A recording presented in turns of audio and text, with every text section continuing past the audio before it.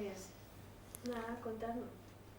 Como os he dicho antes, pues empezar un poco cuando nacisteis, si nacisteis aquí, vuestra infancia, vuestra familia, si habéis recibido influencia política de vuestra familia. Bueno, mi nombre es Lorenzo Higuera Torres, he nacido en Getafe. Nací en octubre de 1947. Mi familia no nació en Getafe, mi familia era de Toledo. Mi padre era de Mesegar de Tajo, mi madre era de Villacañas, también de la provincia de Toledo.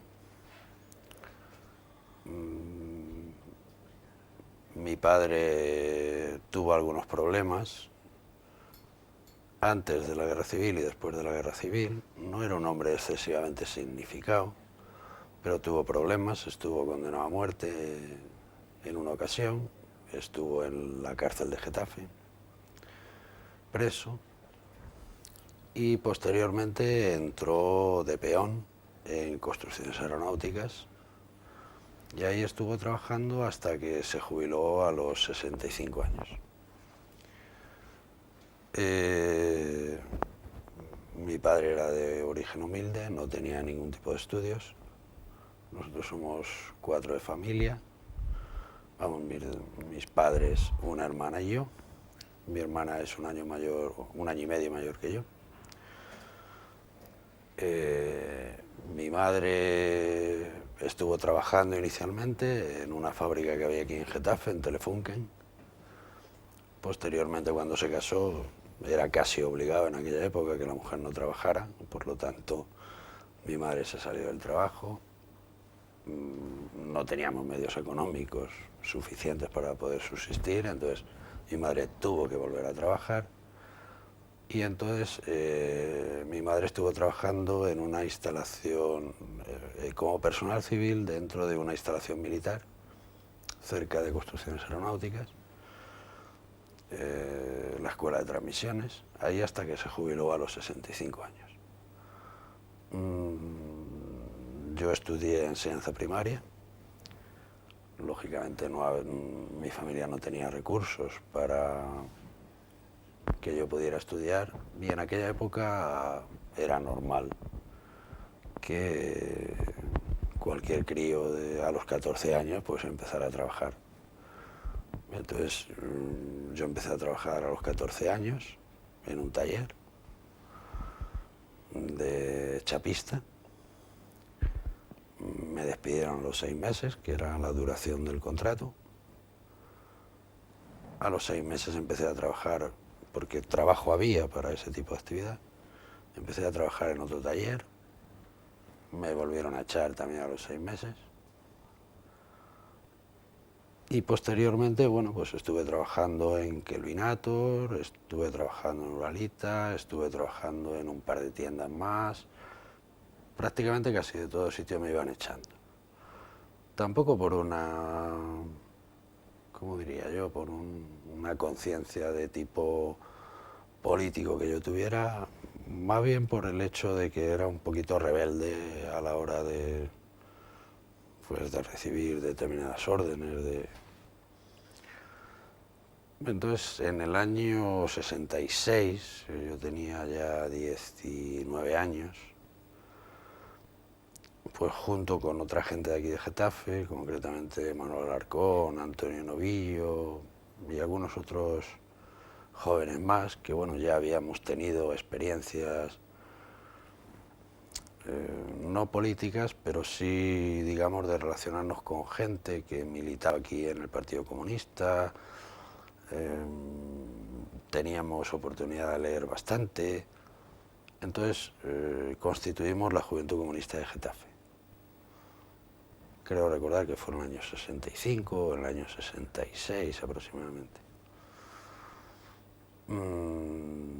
Muy vinculada, como es lógico, a la gente del Partido Comunista que militaba en Getafe, con el que estábamos vinculados, aunque teníamos nuestro propio comité local. En el año 68 fuimos detenidos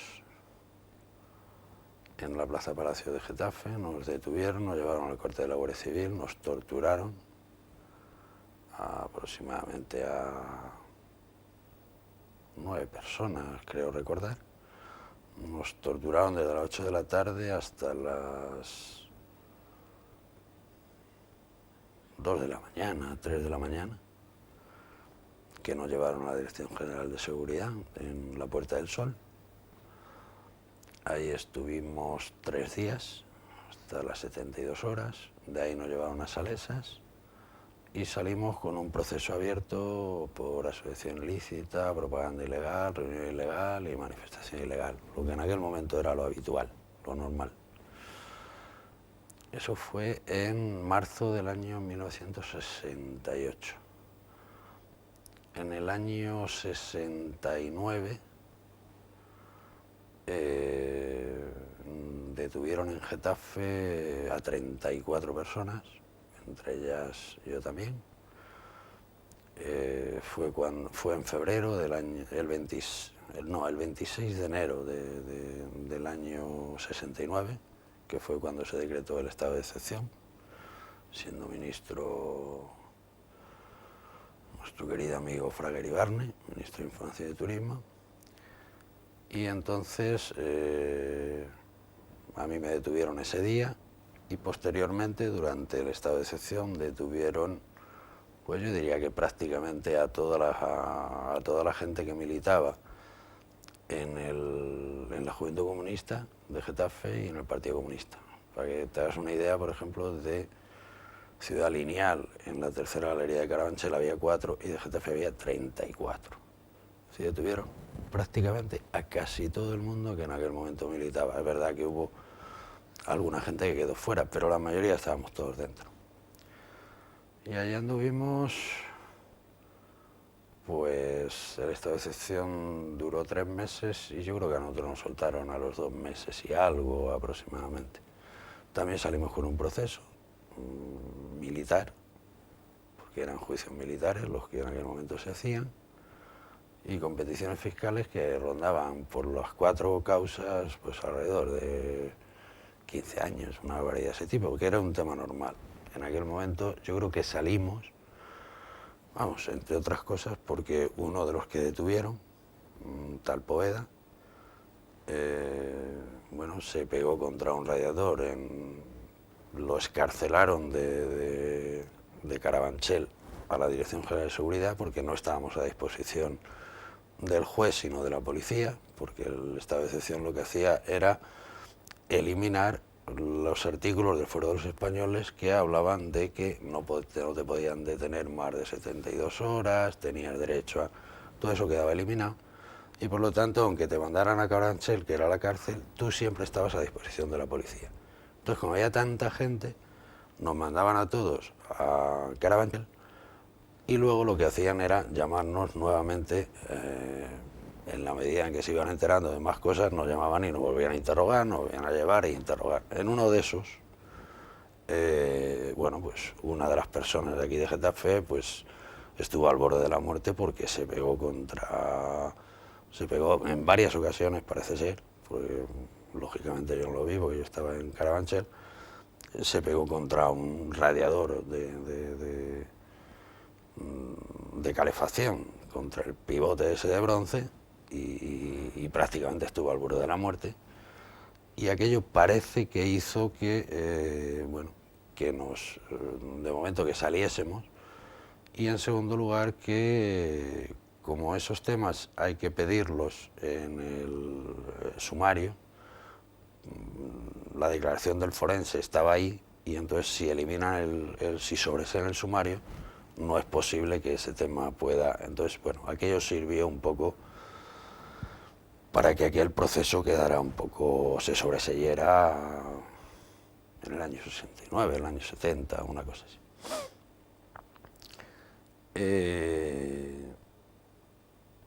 Entonces la situación de Getafe en los años 60, de los años 60 a los años 70,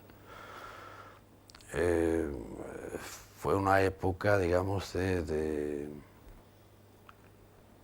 de toma de conciencia de la juventud de aquel momento. Influyó mucho la situación internacional, la guerra de Vietnam, los años 68, la explosión fue en el 68, pero el tema viene de antes. Entonces, bueno, de alguna manera Getafe ha sido un pueblo que no ha sido un pueblo nunca una ciudad dormitorio, ha sido un pueblo donde la gente vivía y trabajaba aquí, todavía tiene ese significado. Quizás menos, porque es verdad que ha crecido últimamente bastante, pero de alguna manera todavía responde a esa situación. Entonces, esa situación de que la gente vive y trabaja aquí daba a este pueblo una configuración. Era un pueblo, digamos, que tenía era un pueblo muy solidario. Era un pueblo muy solidario, la gente joven era bastante consciente, digamos que a nivel de modas, a nivel, digamos, de juventud estaba siempre a la última, y de alguna manera yo creo que eso contribuyó. La historia anterior también, es decir, porque Getafe ha sido un pueblo que ha tenido luchas obreras desde que acabó prácticamente la guerra civil, contribuyó a que el movimiento obrero en Getafe engarzara con las ideas que el Partido Comunista tenía y que como tal Comisiones Obreras tenía de hacer participar dentro de los criterios que se decían, es decir, participar dentro, utilizar los medios legales que teníamos, que eran muy pocos, pero había un medio legal fundamental, y ese medio legal era el antiguo sindicato vertical. Entonces hubo una orientación en el año 1966 de que la gente que tenía una cierta conciencia sindical se organizara y fuera a las elecciones sindicales con el fin de utilizar eso de cara a proyectar un sindicalismo diferente al que se estaba planteando desde el sindicato vertical. En Getafe aquello prendió. Las primeras elecciones, que creo recordar que fueron en el año. Ya había un movimiento muy amplio, Comisiones tenía una fuerza muy interesante en Getafe, pero digamos que las primeras elecciones creo que fueron en el año 71. Entonces, en el año 71, la mayoría de la gente de Comisiones que estaban en las grandes fábricas y que estaban en las pequeñas y medianas empresas, coparon prácticamente todos los cargos sindicales que estaban a disposición en aquel momento dentro de la estructura del sindicato vertical, que no eran todos, es decir, porque los delegados se nombraban a dedo y tal, pero los cargos electivos, los cargos que se podían elegir, prácticamente todos. En el caso de Getafe yo diría que todos. Yo no recuerdo en este momento si alguno de los cargos no era, digamos, de un sindicato de izquierda. Fundamentalmente Comisiones Obreras. Es verdad que Uso tenía alguna presencia, yo diría que casi testimonial en Getafe, y UGT casi testimonial en aquel momento, porque bueno, luego tuvo un poquillo más de fuerza, pero en realidad en aquel momento era Comisiones Obreras la que tenía la fuerza casi en un 95%. Entonces se coparon, digamos, en las elecciones sindicales del año 71 y en las elecciones sindicales del año 75, que fueron impugnadas dentro de la documentación que te he facilitado, viene el resultado de las elecciones y viene el hecho de que el sindicato vertical no reconoció la victoria de los candidatos obreros en esas elecciones. Entonces, Getafe, como digo, siempre ha sido un pueblo que junto con otros del Estado español, Basauri ha sido otro de ellos, hay otros pueblos más o menos con las características de Getafe, ha sido un pueblo que siempre ha estado a la vanguardia de las luchas obreras. Luchas obreras que tenían varios motores. Quizás uno de los motores fundamentales de Getafe era Construcciones Aeronáuticas. Construcciones Aeronáuticas es una empresa que tenía alrededor de unos 6.000 trabajadores, con una amplia conciencia de clase, siempre la ha tenido, una empresa que lleva instalada en Getafe durante muchos años y que ha sido quizás la que ha aportado al movimiento obrero, tanto en cantidad como en calidad, más gente y más fuerza y más conciencia. Y cuando Casa estornudaba, Getafe se constipaba. Es decir, porque claro, 6.000 y pico trabajadores, más sus familias, más el trabajo que Casa daba a nivel de pequeña y mediana empresa, significaba que el pueblo prácticamente se paralizaba. Las marchas de Construcciones Aeronáuticas desde la empresa hasta el centro de Getafe eran unas manifestaciones de una importancia increíble. Es decir, ver durante ese camino a la Guardia Civil a los lados, los trabajadores partiendo desde allí hasta la plaza del Ayuntamiento de Getafe, era un fenómeno que paralizaba, claro, completamente Getafe. En la plaza del Ayuntamiento, en la parte de atrás, y luego en la calle Toledo, estaban los sindicatos verticales, donde la representación sindical de Casa iba para allá y Cuando queráis, ya está grabando. Perdona, continúa. David, la verdad es que no sé exactamente en qué me he quedado, pero Estaba buscando el copo ya, los sindicatos. Pero vamos, digamos que ver una panorámica de Getafe en la época, digamos, de finales de los 60 hasta los años 77, a mi modo de ver, quizás puede estar influido porque,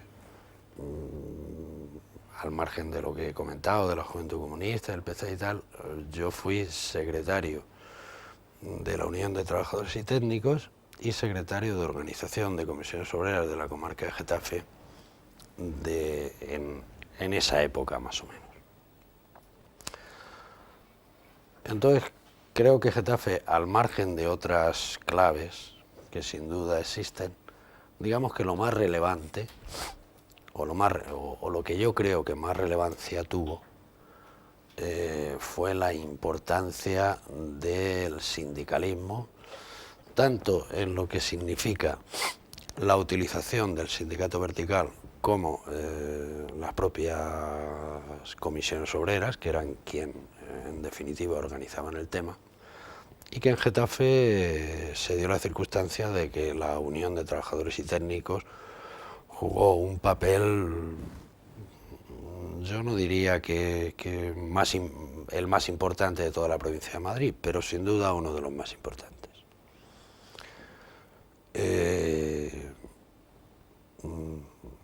La presidencia de la Unión de Trabajadores y Técnicos recayó en Fidel Alonso, un sindicalista, un hombre de Construcciones Aeronáuticas, un hombre joven, que tiró de la situación que en aquel momento había en el sindicalismo en Getafe. Yo era el secretario de esa unión sindical y un hombre de uso era, creo que el vicepresidente, un tal Pablo Jiménez, que era también de una empresa grande, era de Kelvinator. Y entonces esa unión de trabajadores y técnicos, digamos que se arrogó el hecho de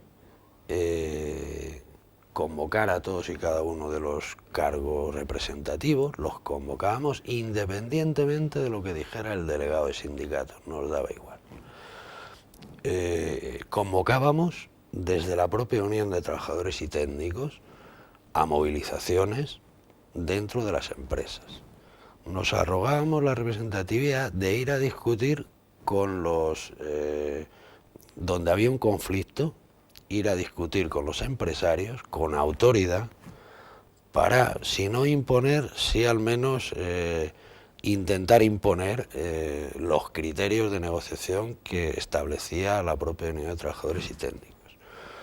Es decir, teníamos un margen de maniobra que lo impusimos, que aquello supuso que el movimiento sindical en Getafe tuviera una vital importancia a todos los niveles. Convocábamos unas huelgas que se paralizaba todo Getafe, y yo creo que Getafe estuvo paralizado temporalmente desde el año 70 hasta el año 76, prácticamente todos los años. Si no era una gran empresa o si no era la pequeña y mediana empresa, era el conjunto de los sectores, y en Getafe hubo huelgas donde se paralizó el pueblo entero, cerraba el comercio, había manifestaciones todas las tardes, nos cerraban el local de sindicatos y nos teníamos que reunir en cualquier otro sitio, incluso en alguna iglesia que se prestaba en aquel momento para esos menesteres. Quiero decir, digamos que el tema sindical aglutinaba al conjunto del pueblo de Getafe, y es más, la proyección que esto tenía en zonas de Villaverde y en zonas de Madrid, es decir, que se era capaz de movilizar al conjunto de Madrid, llevando los planteamientos que Getafe tenía, o llevando los problemas de los despidos que en Getafe había, que hubo construcciones aeronáuticas, las militarizaban si no cada año, cada 3 años o cada 2 años, las militarizaban, despedían a todos y cada uno de ellos, empezaban a llamarles para readmitirles uno a uno, y quiero decir, todo eso, despidos en John Deere, despidos en Siemens, despidos en Bafio, despidos en Uralita, cierre de fábricas, bueno, todo eso.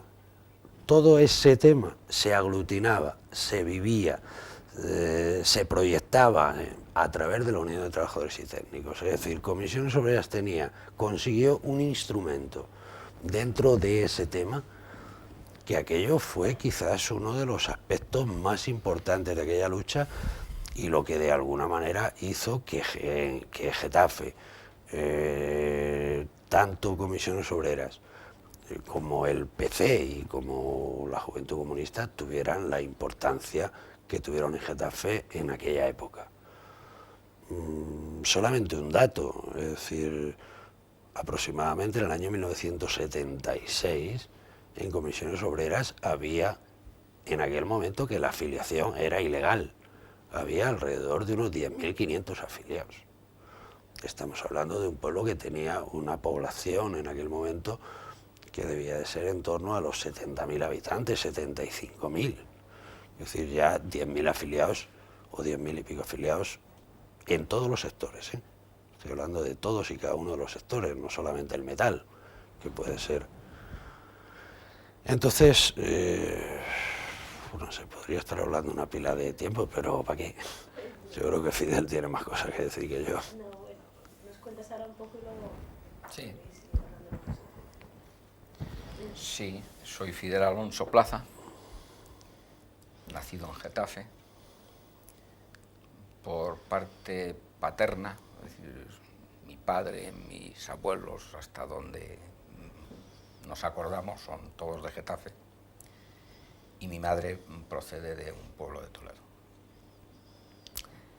Mi vinculación con el movimiento obrero empieza en plan militante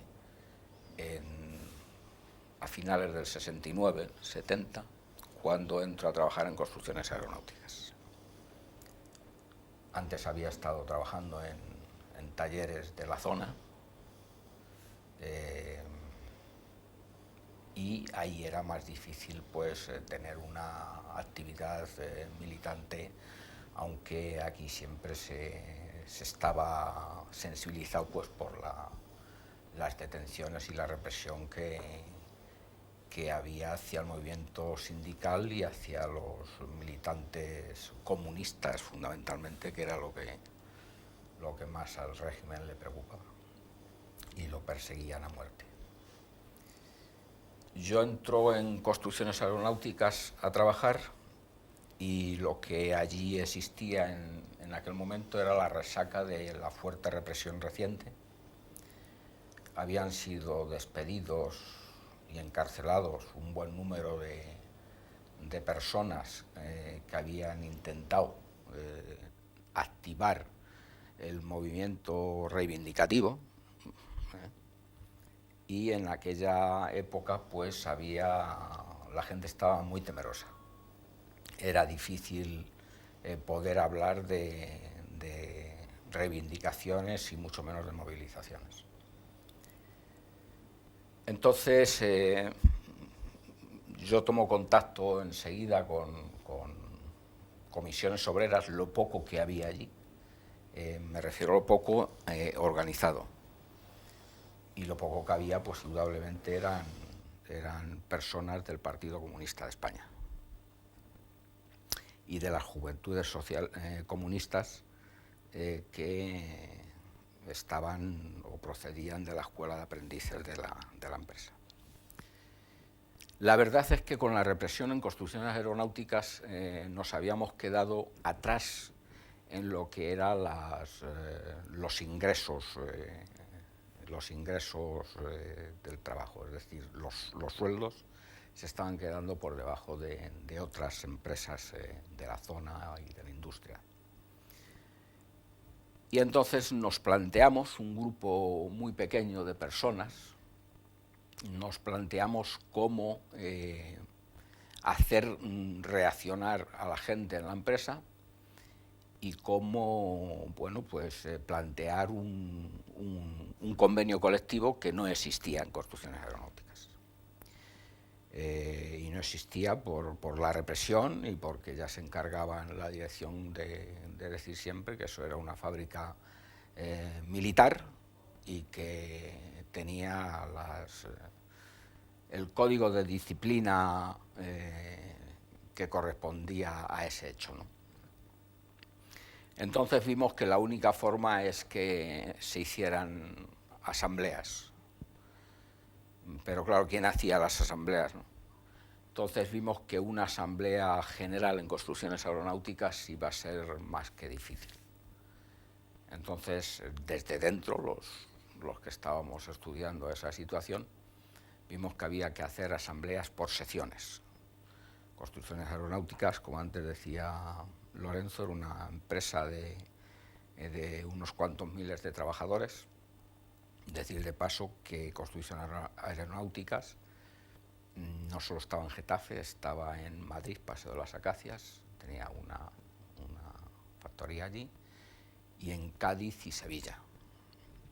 Y que entonces lo que hacíamos era una coordinación intercentros, que nosotros llamábamos.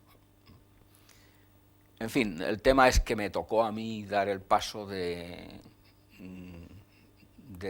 dirigirme a la gente en aquellas condiciones, y vi que el mejor sitio era el comedor.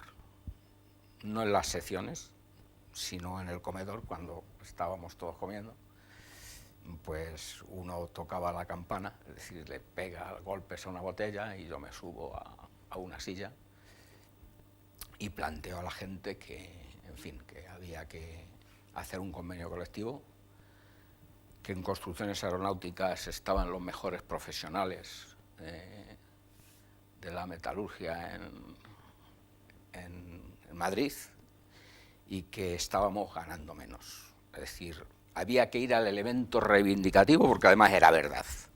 Ya lo politizaría el régimen, la dirección de la empresa. Nosotros lo que pedíamos era, pues eso, cosas tan sencillas como 500 pesetas de sueldo, me parece que eran entonces, y eso era una batalla que incluso algunos planteaban cómo se van a pedir 500 pesetas de sueldo, eso es imposible que la empresa lo dé y tal.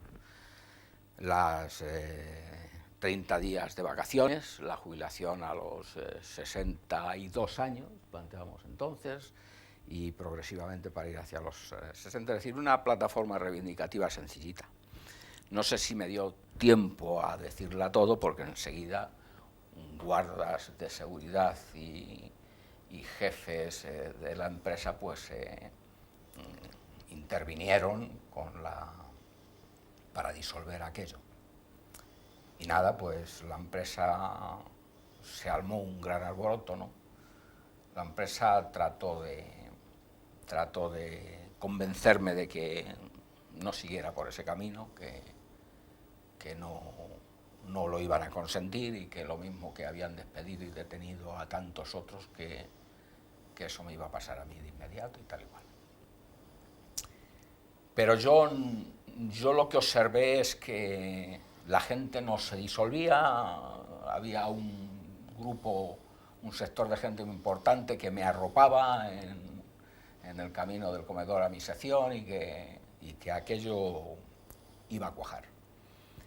Y entonces, después de eso en el comedor, pues ya por secciones fuimos trabajando lo que fue una plataforma reivindicativa que en unas semanas presentamos a la dirección. La presentamos para su discusión, ¿no? Hubo una negativa en principio. Bueno, decir que yo ya había sido elegido enlace sindical, entonces se llamaban enlaces sindicales.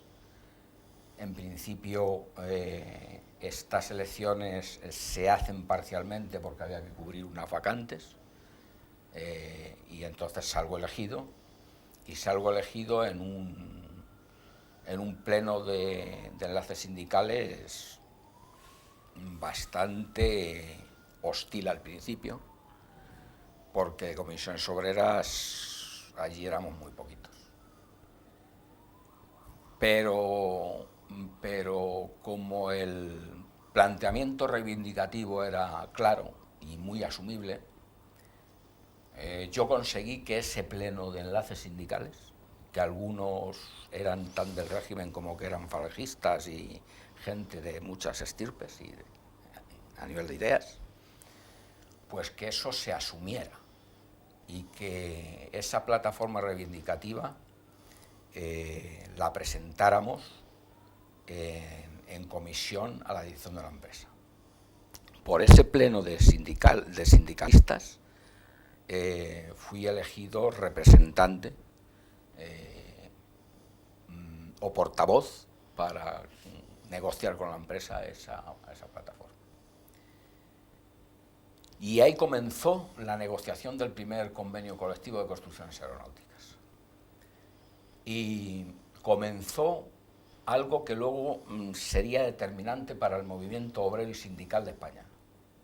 Es decir, la utilización de los cargos legales y la asamblea como base de toda la acción reivindicativa. La asamblea asumiendo y planteando todos aquellos problemas que los trabajadores tenían en sus centros de trabajo. En construcciones aeronáuticas como en otras, pero en construcciones aeronáuticas, en ese primer convenio conseguimos ponernos al nivel de otras empresas de la zona, llámense Estándar Eléctrica u otras. Estándar, aunque no estaba en Getafe, pero estaba en Villaverde y muy cerquita. Es decir, había un elemento comparativo, que eso siempre funciona, ¿no? Y empezamos a plantearnos en cada asamblea, sea fuera por sección o fuera asamblea general, de que nunca se podrían consentir despidos de trabajadores, despidos de compañeros, por la acción sindical que se planteaba. Y eso prendió, porque la gente estaba viendo que esos eran sus representantes, que ellos los habían elegido, que se estaba planteando la empresa lo que ellos votaban y lo que ellos creían que necesitaban. Y entonces ya empezó a ser muy difícil para la empresa el que despidieran a gente. Entonces llegó el momento de dar un paso más, Esto siempre existía una estructura de comisiones obreras y del Partido Comunista. Luego aumentaré a otros sindicatos o a otros elementos, pero en este periodo eso era lo que había. Pues se vio que había que dar en comisiones obreras, que casi todos eran del PC, sí. Había que plantear la amnistía. La amnistía laboral y la amnistía política. Y eso al principio, pues, joder, es que eso ya meternos en política. Había que luchar mucho con aquellos elementos que se unieron al sindicato para el convenio, para el aumento de sueldos y tal, mejoras salariales, pero esto ya les rechinaba un poco, ¿no? Bueno, pues se impuso, no en ese convenio, pero en los siguientes, y se fue extendiendo de que la amnistía laboral, los hombres y mujeres represaliados por las empresas y el régimen por luchar por los derechos de los trabajadores, tenían que volver a sus centros de trabajo. Y ahí había gente que han pasado por aquí para contaros cosas de construcciones aeronáuticas y otros sitios donde conseguimos que volvieran al trabajo. No solamente conseguimos parar los despidos, bueno, decir a mí, pues efectivamente, a mí me despidieron una vez, 2 veces, 3 veces, lo que decía Lorenzo, militarizaron, me metieron a las Salesas, se llamaba aquello, donde nos metían unas temporadas. Tribunal de Orden Público. Sí, y nos volvían a sacar porque había un movimiento de solidaridad ya imparable. Es decir, que tantas veces como nos echaban, tantas veces nos tuvieron que soltar. Estoy hablando ya de los años 70. Es decir, ya eso era imparable. La gente no consentía la represión de sus dirigentes, los que ellos habían elegido, por los que ellos habían votado. Entonces, eso unido, vuelvo a repetir, al tema de la amnistía y al tema de la amnistía sindical que llamábamos, al tema de la readmisión en las empresas. Ese elemento fue un elemento importante de cara, indudablemente, a la politización del movimiento sindical que se estaba produciendo. Y había que irlo politizando, ¿no? Hasta el extremo que ya las luchas obreras, nosotros enseguida vimos, nosotros y la dirección del PC y de comisiones obreras, vimos que había que sacar las luchas a la calle, que al régimen ya las huelgas de dentro de los centros de trabajo no sonaban, les hacían menos daño. Y de ahí lo que Lorenzo decía, las famosas marchas de los trabajadores de casa, desde la factoría al centro de Getafe. Sí, entonces el sacar a la calle las luchas que se estaban produciendo en los centros de trabajo era un objetivo que nos marcamos y que enseguida empezó a dar sus frutos. Es decir, las marchas desde construcciones aeronáuticas al centro de Getafe, incluso yo recuerdo alguna donde llegamos hasta Madrid, hasta los nuevos ministerios, andando por la carretera de Andalucía. Es decir, eso siempre tenía un efecto de aglutinar a más gente de otros centros de trabajo que había dificultades para la movilización, o de gente que está en pequeños talleres o que trabajaban en otros sitios donde hacer huelga era difícil. Y entonces a esos miles de trabajadores de construcciones aeronáuticas pues se sumaban todos esos y se producían grandes manifestaciones. De todas formas, se empezó a convocar también en la calle porque había que, digamos, cubrir el espacio que luego, en alguna medida, intentó cubrir el movimiento ciudadano. Pero en aquella época lo que era movimiento ciudadano y movimiento y movimiento obrero era lo mismo, los mismos protagonistas en sitios urbanos de zonas industriales, pues lógico, ¿no? Y bueno, las manifestaciones y las huelgas ya muy politizadas por el cambio de sistema llegaron a confluir. Yo recuerdo ya, como secretario general de la Unión Sindical de Madrid de Comisiones Obreras, el grito de obreros y estudiantes unidos adelante fue un hecho en aquellos momentos, donde incluso algún muerto hubo en aquellas manifestaciones, donde se hizo coincidir el movimiento estudiantil con el movimiento sindical, el movimiento obrero. Y entonces, indudablemente, ya se estaba tomando una dimensión política ese movimiento, y que ya sí asumía la mayoría de la gente. Antes de la culminación de esas movilizaciones masivas a las que estoy refiriéndome, pues hay un proceso de unión, de unir al movimiento obrero, ¿no? Que era una tarea difícil, porque empiezan a surgir algunos embriones de otros sindicatos.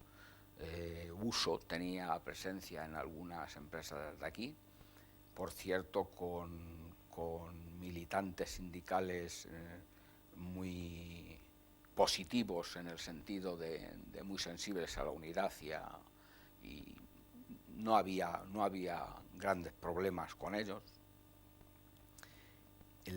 Y luego había un movimiento de cristianos, no sé si se llaman cristianos por la democracia, o de distintos signos o grupos, que fueron uniéndose. Y entonces hubo en Getafe una época que dimos en llamar a todo eso movimiento obrero de Getafe. Exactamente. Movimiento obrero de Getafe, donde todos esos grupos los aglutinamos. Tuvo mucho que ver también algunas parroquias de esta localidad, donde sirvieron de refugio en algunos casos, para poderse reunir, esquivando la represión de la Guardia Civil y la Policía Nacional en las calles. Es decir, que seguramente ya en aquella época había menos torturas en las comisarías, pero había muchos palos en la calle, muchos palos. Eso eran manifestaciones que parecía la guerra. Es decir, que ahí daban, pero sin compasión. Y las iglesias también sirvieron para algunas reuniones. Nosotros el movimiento crecía, y claro, aunque las asambleas cubrían su papel, pero había que hacer otro tipo de reuniones que no podían ser todo en asamblea, ¿no? Más orgánicas, más de discusión de cosas, de confeccionar una plataforma, o de estudiar más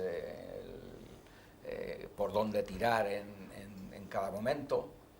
Y entonces vimos que los pisos individuales, las casas de cada uno, que prestaba para que las células se reunieran, comunistas, era una palabra de la organización, pues servían, ¿no? Servían para reunirte 6, 7, 8, pero ya éramos más. Ya los pisos no servían para esa actividad.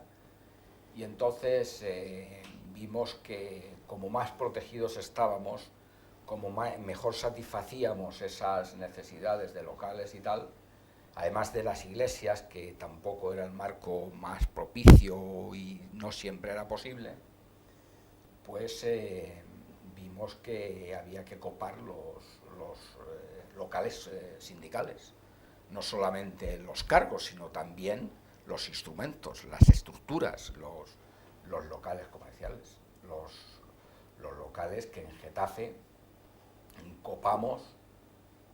Pues que Lorenzo me corrija si me equivoco, pero yo creo que menos el despacho del delegado por aquello de no atropellar, todo lo demás llegamos a coparlo para la actividad pura sindical de las distintas ramas de la producción, ¿no?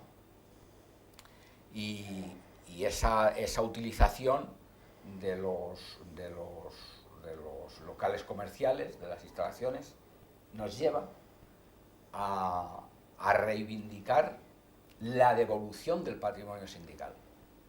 Es decir, ¿cómo que la utilización? No, esto es nuestro. Y entonces empieza a calar el sentimiento en la gente de que el sindicato, los locales sindicales son nuestros, son de los obreros, de los trabajadores, ¿no?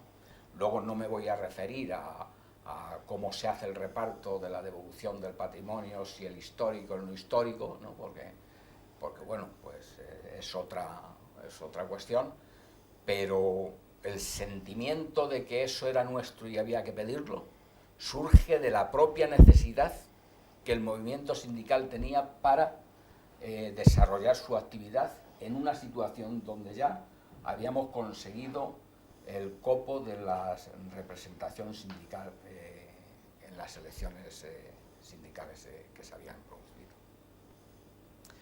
Y así es como conseguimos que indudablemente Getafe fuera importante en aquella época, en aquellas luchas, fuera importante también en la transición, y que a día de hoy, pues yo creo que Getafe no debía de perder esa historia que escribieron los hombres y mujeres de esta ciudad.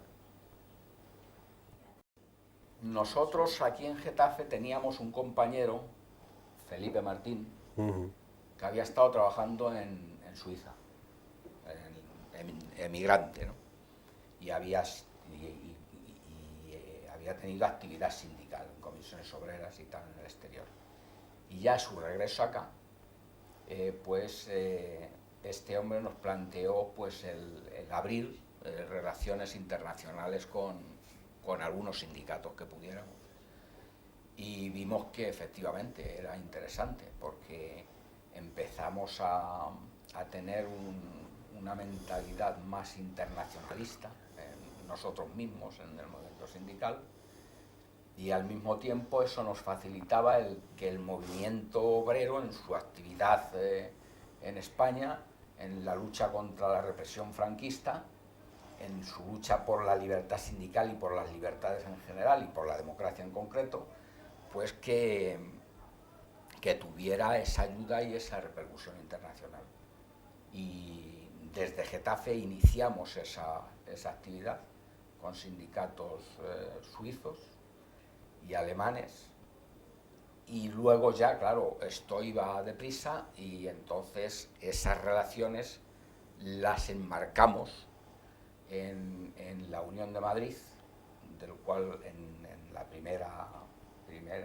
la Constitución de la Unión de Madrid fui yo el primer secretario de ella, y entonces ya todo lo que era la actividad internacional se recogió y se llevó desde Madrid, y desde Madrid la Confederación.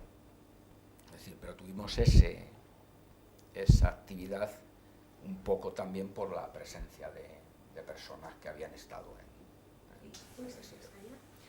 Fuimos allá. Yo recuerdo un mitin espectacular en un polideportivo en Ginebra, donde estuvimos Marcelino Camacho y yo exponiendo la situación de España.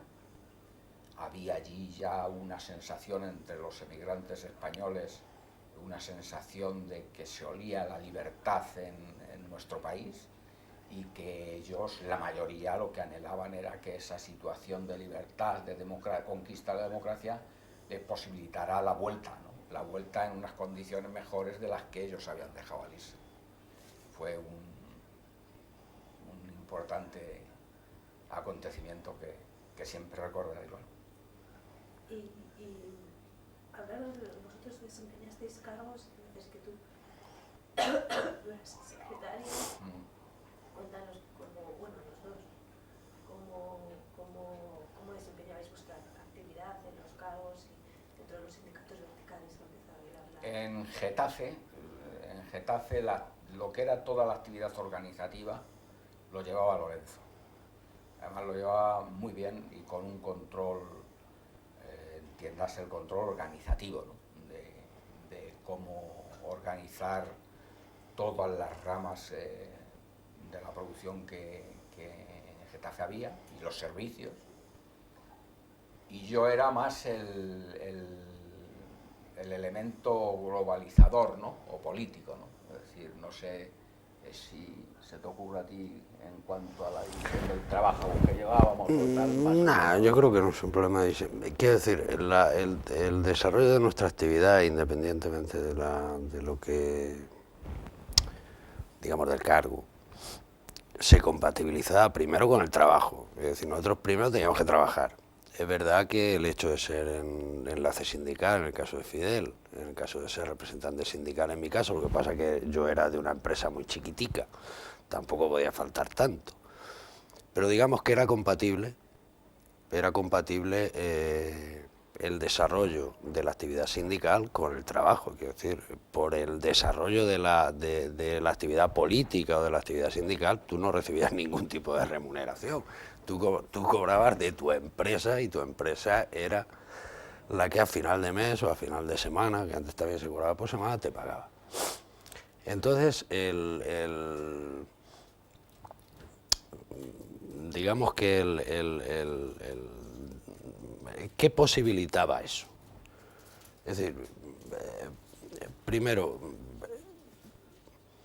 tú tenías la posibilidad de convocar desde tu cargo de presidencia de UTT o de secretaría de UTT a todos y cada uno de los enlaces sindicales de todas y cada una de las empresas de la comarca, en cualquier momento. Eso te daba un poder a la hora de plantear cualquier tipo de iniciativa, cualquier tipo de planteamiento sindical, cualquier tipo de actividad sindical política, digamos, que tenía una vital importancia.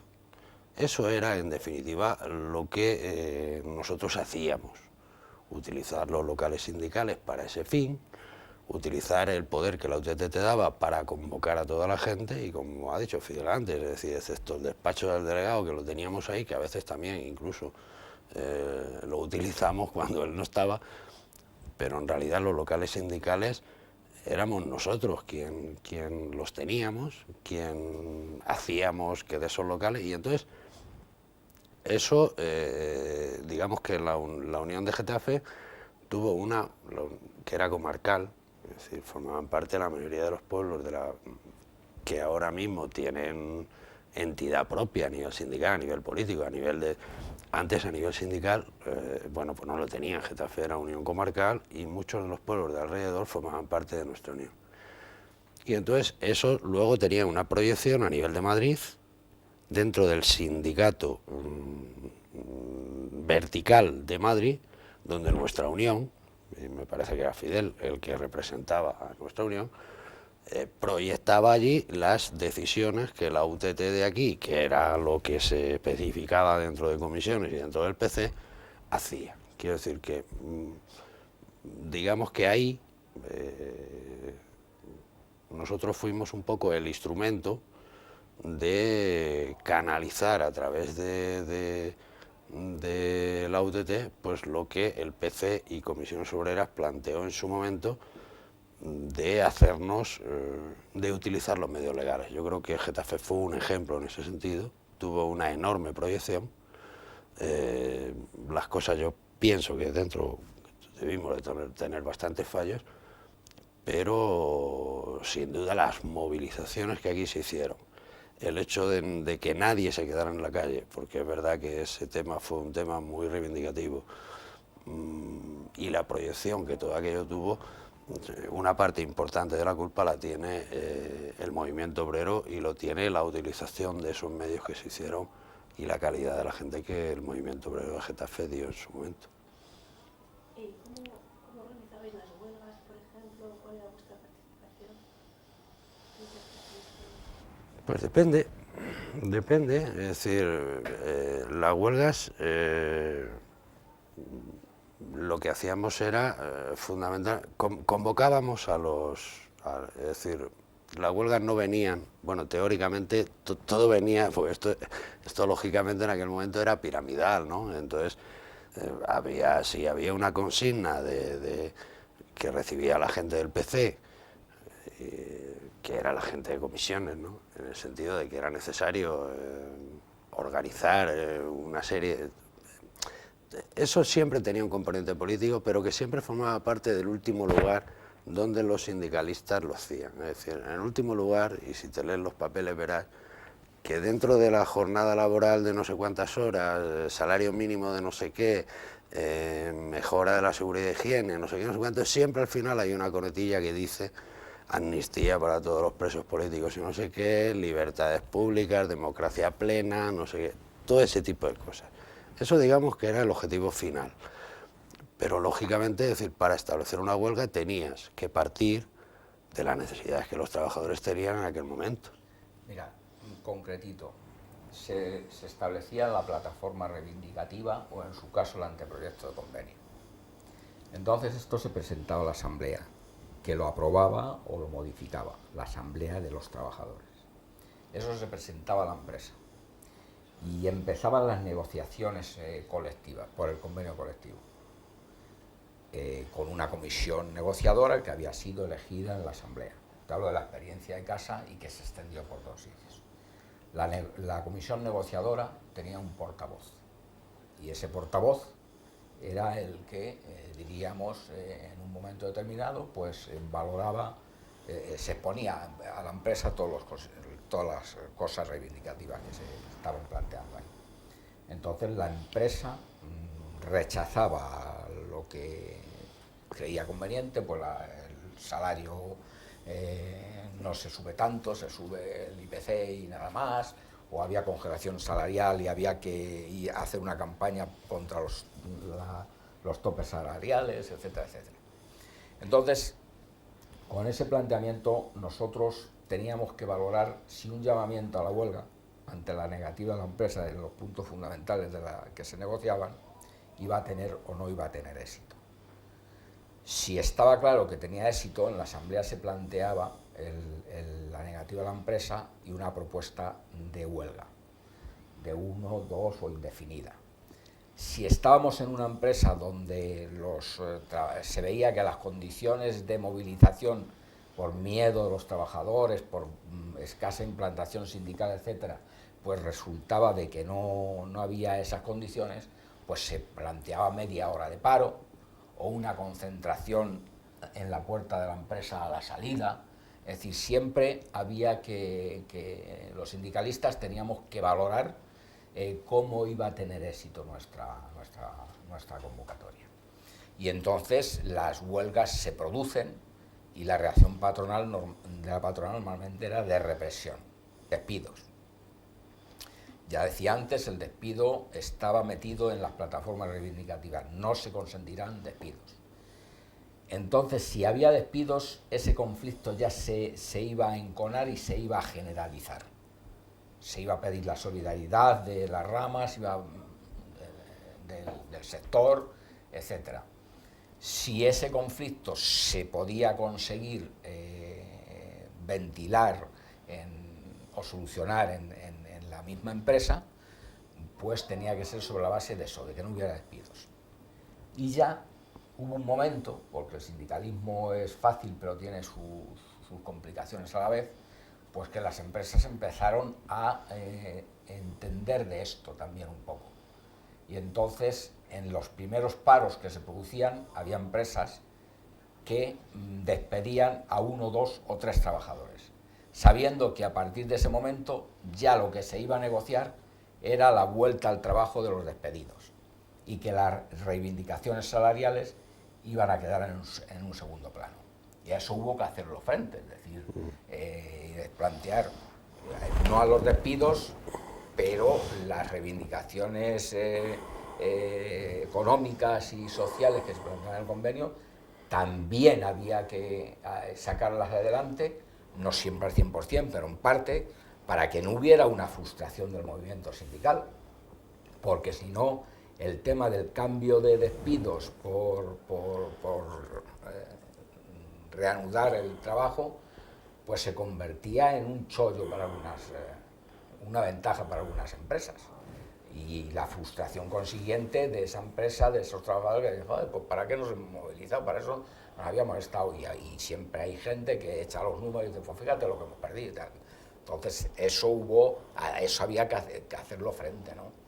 Es decir, pero primero la convocatoria muy medida, no convocatorias en falso, porque había gente que estaban, antes de empezar cualquier plataforma reivindicativa, estaban planteándose ya una huelga general y tonterías, vamos, digo tonterías desde el punto de vista de la falta de realidad en eso, ¿no? Y bueno, cuando la plataforma la hacen la gente, participan y tal y cual, es como se consiguió que esa solidaridad es el que buscaba Arrope, que en muchos casos, en definitiva, los trabajadores no salgan frustrados de sus movilizaciones, de sus huelgas, era vital, y creo yo que sigue siendo vital a día de hoy, ¿no? Sino que la gente salga con la sensación de que algo han ganado. Yo creo que en Getafe se dieron, y yo creo que se dan, quizás ahora menos, unas características muy particulares. Primero, tiene una larga tradición histórica de movimiento obrero. Empresas muy importantes, consolidadas. No era una ciudad dormitorio, la gente trabajaba y vivía aquí, de tal manera que eso te da una interrelación de la gente importante. La gente se conocía, todos nos conocíamos en aquella época prácticamente, sobre todo la gente que estábamos metidos un poco en todo el tema del movimiento político, el movimiento sindical, éramos gente muy conocida en este pueblo, ¿no?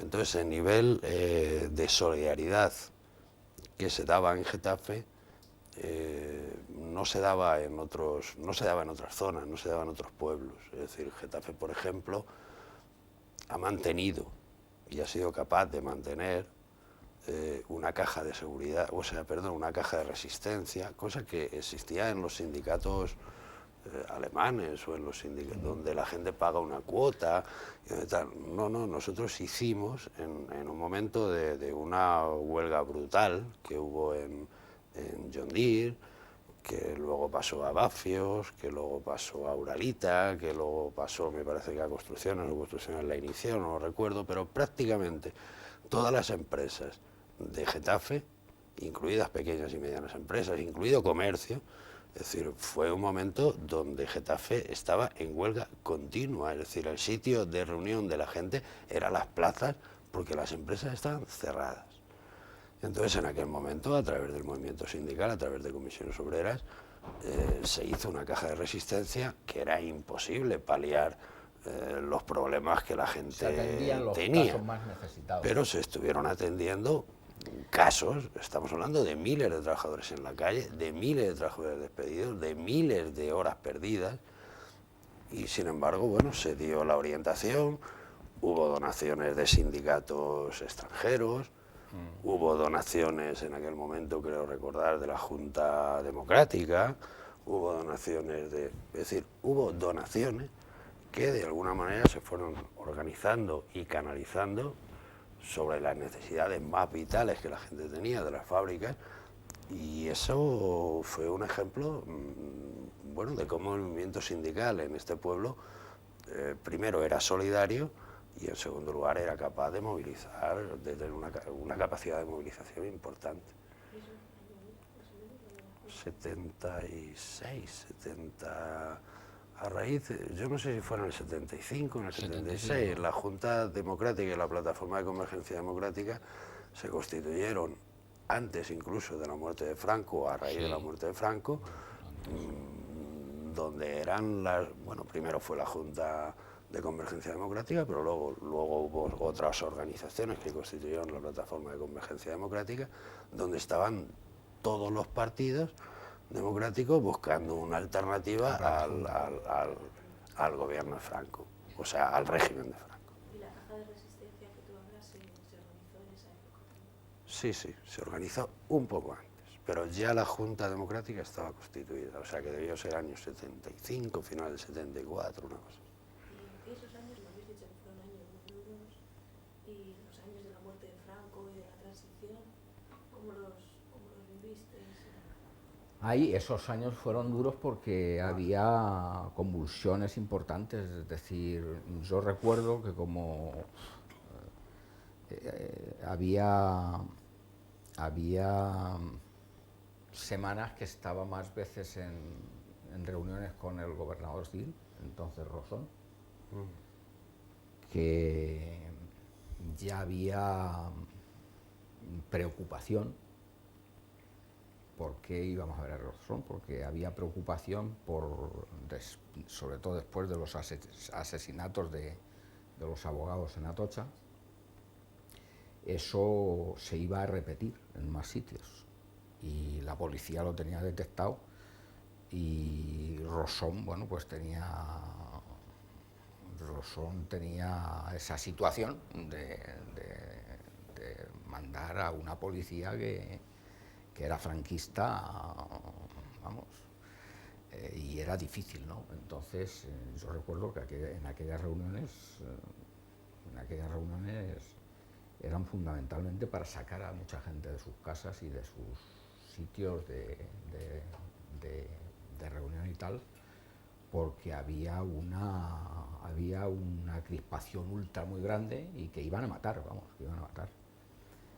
Lorenzo te habrá mandado por ahí algunos anónimos, quizá, de los que mandaban. Yo tuve que estar fuera de mi casa, por ejemplo, bastantes semanas, y por amenazas y porque incluso entraron en la fábrica a buscarnos a la gente más destacada para pegarnos de tiros, ¿no? Es decir, que no era broma, era una situación de crispación, una situación muy delicada, y que el movimiento obrero supo responder con la serenidad que los dirigentes supimos y pudimos darles, ¿no? Porque muchas veces se podía ver muchas veces eso de las manos. muchas veces poco entendida, ¿eh? Además, te quiero decir, porque había mucho radicalismo en aquel momento, Sí, también. y bueno, ahí lo que se temía era pues eso, que ante una provocación que hubiera pues muertos de uno y otro lado y que fuera la excusa para que los militares golpistas no se hubieran quedado los del 13M, sino que hubiera 13M, ¿era? No lo recuerdo. 13 de marzo. El tema es El que golpe de Tejero. Franco, 23F. Franco muere, ¿no? Franco muere, pero a nivel sindical, bueno, Comisiones Obreras no está legalizada, el PC no está legalizado, y hay un intento de continuar el régimen de Franco sin Franco, que fue el espíritu de 12 de febrero del amigo Arias Navarro. Pero todos los, digamos, el ejército, los poderes fácticos, no solamente estaban intactos, sino que además estaban envalentonados porque pensaban que el régimen había llegado a esa situación por debilidad. Entonces todavía andaban rumiando el tema de la muerte de Carrero. Quiero decir, ellos querían algo incluso más allá. Es decir, lo que querían no era un tipo blando como Arias Navarro, que lo acusaban de blando, no, querían algo más duro. De tal manera que, bueno, en aquel momento las manifestaciones se saldaban con disparos al aire y muertos cada 2 meses. Es decir, mataron a un estudiante en Madrid, hicieron el crimen de los abogados laboralistas de Atocha, alguien se hizo la historia aquella que tiene mucho que ver con construcciones, pero que sería cuestión, no con construcciones aeronáuticas, sino con el policía que llevaba construcciones aeronáuticas. Habría mucho que ver el tema del secuestro de Villascusa y de no sé qué, porque aquello con aquel tío del gorro que iba por allí, que siempre ha sabido mucho de los grapos. Entonces, quiero decir, el movimiento obrero en aquel momento estaba un poquito peor, yo creo, un poquito peor, porque por un lado, bueno, sí, Franco había muerto, pero la situación es que los ultras estaban en una posición increíble,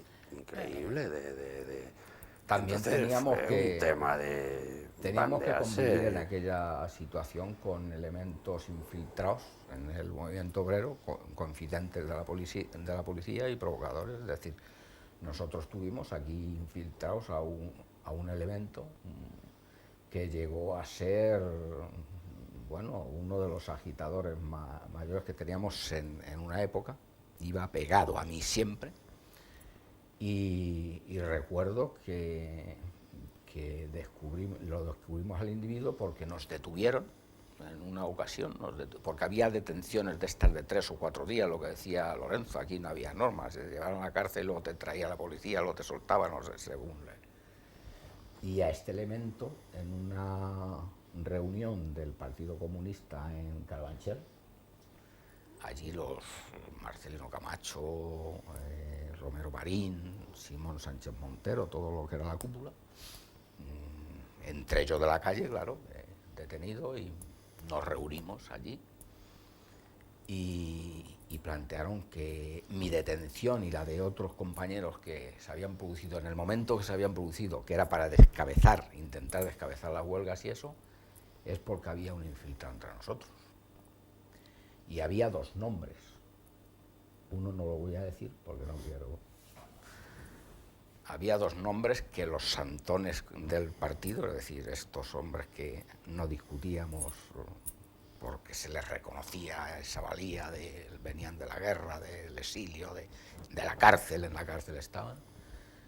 Fidel, uno de estos 2 individuos es el confidente y el que os está mandando a la cárcel cada vez que os movéis.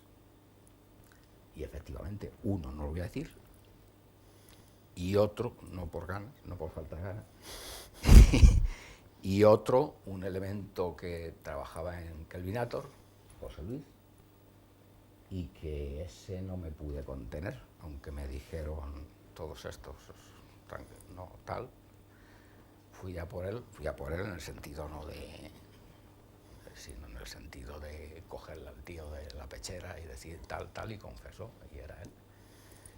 Y había sido en Kelvinator el agitador mayor que teníamos, en la empresa Kelvinator que hubo. Hubo muchas provocaciones. Es decir, que había que convivir con esa situación, y esos eran soplones.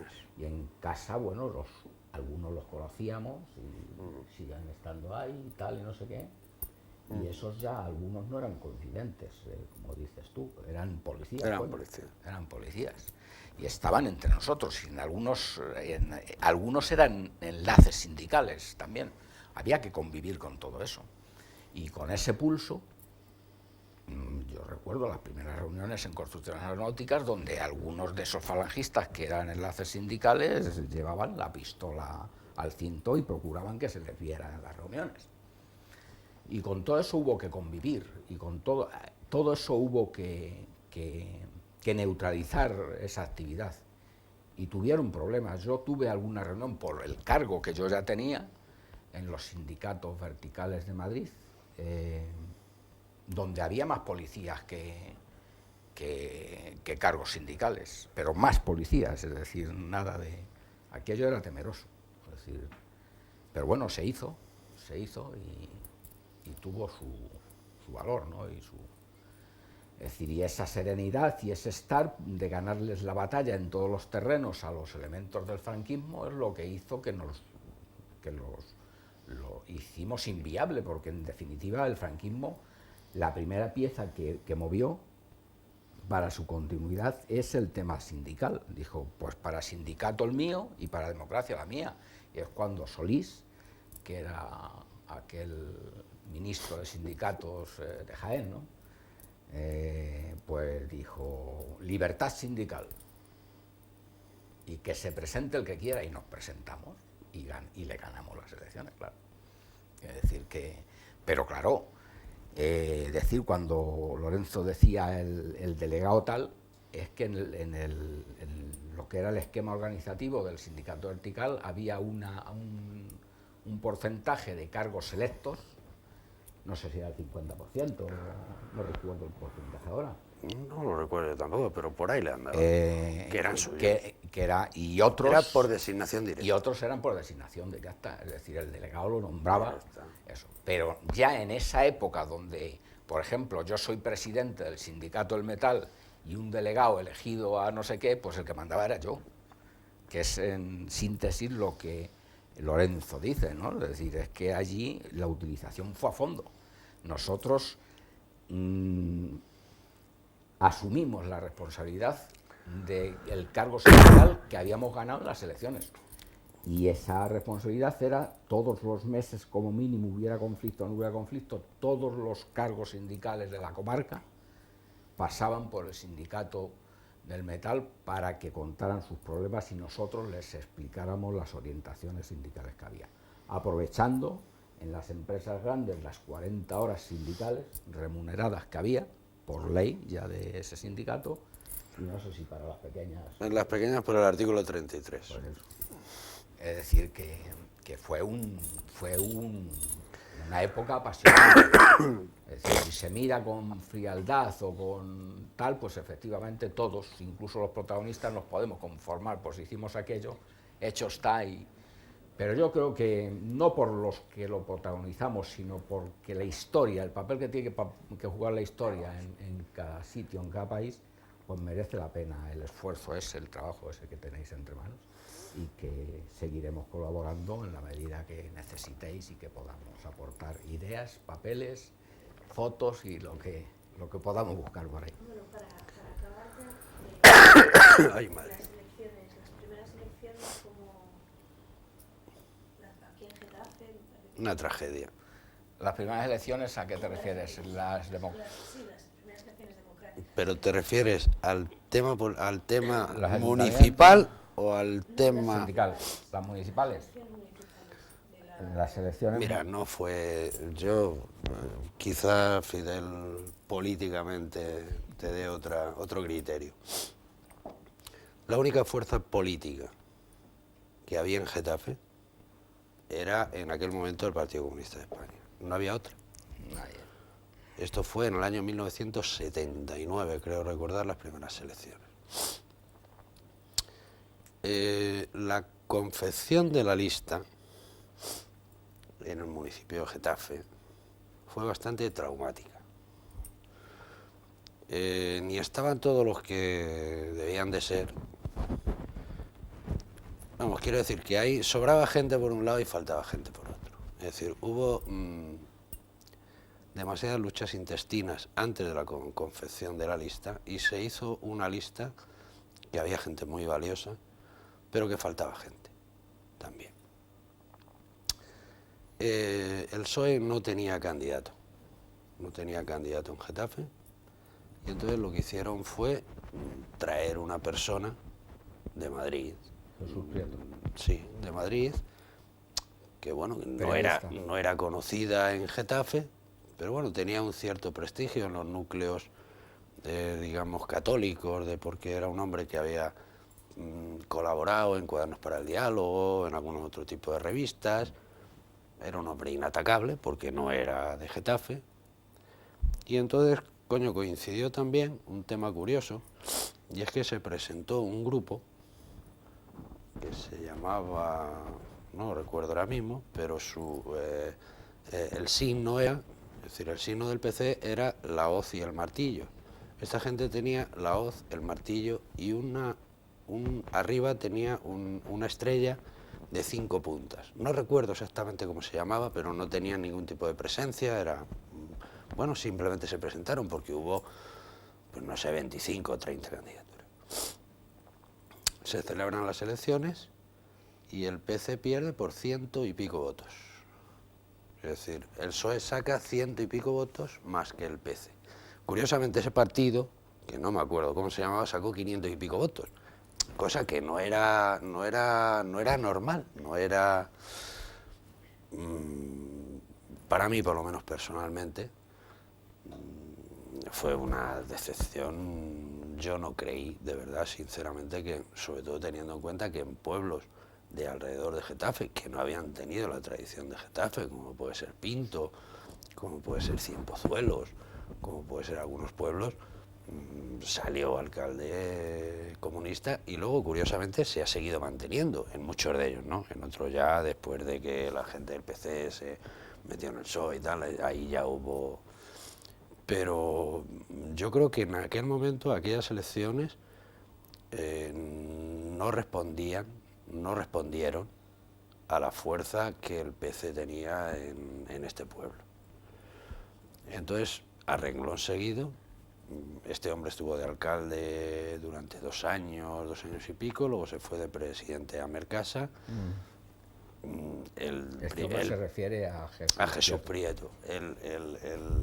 El primer teniente de alcalde era Pedro Castro, y Pedro Castro lleva 23 años y creo que se va a presentar a las próximas, o sea que probablemente vuelva a ser elegido. Quiero decir que el PSOE salió aquí en primera instancia con 123 votos. No me estoy metiendo en ningún caso con lo que han podido hacer o dejar de hacer, simplemente resaltar un hecho. Y a renglón seguido, el PSOE ha seguido revalidando el tema en Getafe. Yo, como lo veo, pues, bueno, yo hice la campaña en Madrid. A mí el PC, Partido Comunista... En Madrid fue un buen resultado. Pero aquí no. Me eligieron para encabezar la lista en Madrid, pero hubo un consenso en el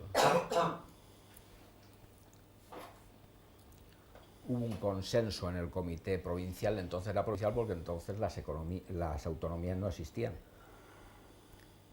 y de coger una figura intelectualmente más sonada y tal, y acordamos que encabezara la lista Ramón Tamames, y yo fui el segundo. Quiero decir que yo hice la campaña allí, pero no obstante, refiriéndome al hecho de Getafe, en Getafe se produce el tema de que, bueno, se sacan los mismos concejales que el PSOE, hay un empate.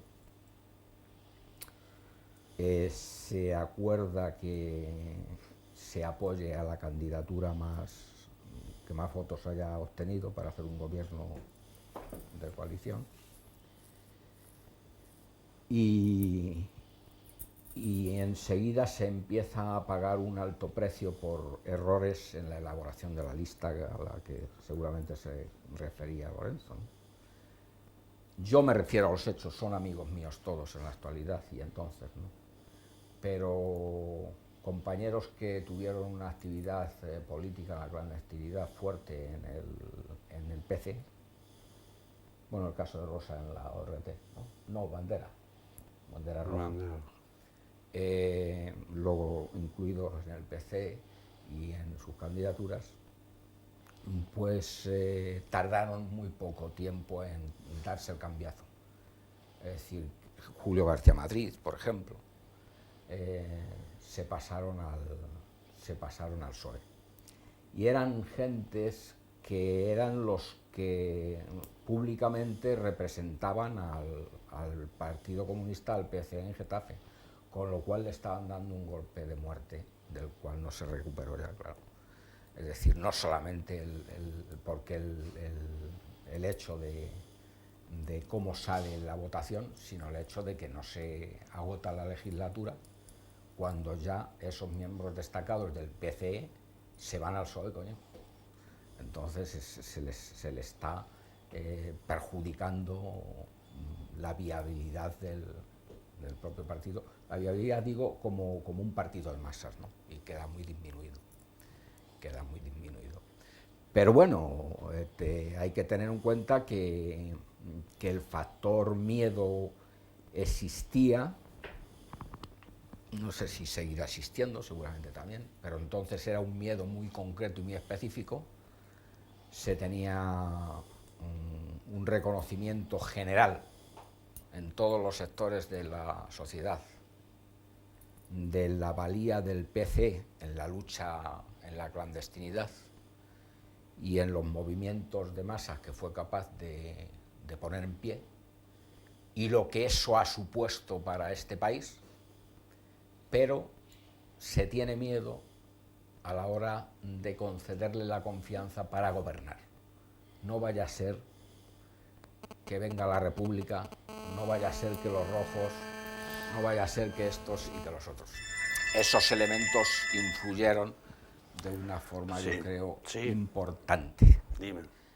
Y En la quizá universidad. es discutirlo con la Sí, también profundidad del asunto y no quedarse en el anecdotario sería lo importante, pero hasta ahora yo creo que no se ha sido capaz de llegar a una discusión a fondo de por qué no se consiguen votos lo que se había conseguido como aceptación de masas y de sector de la sociedad en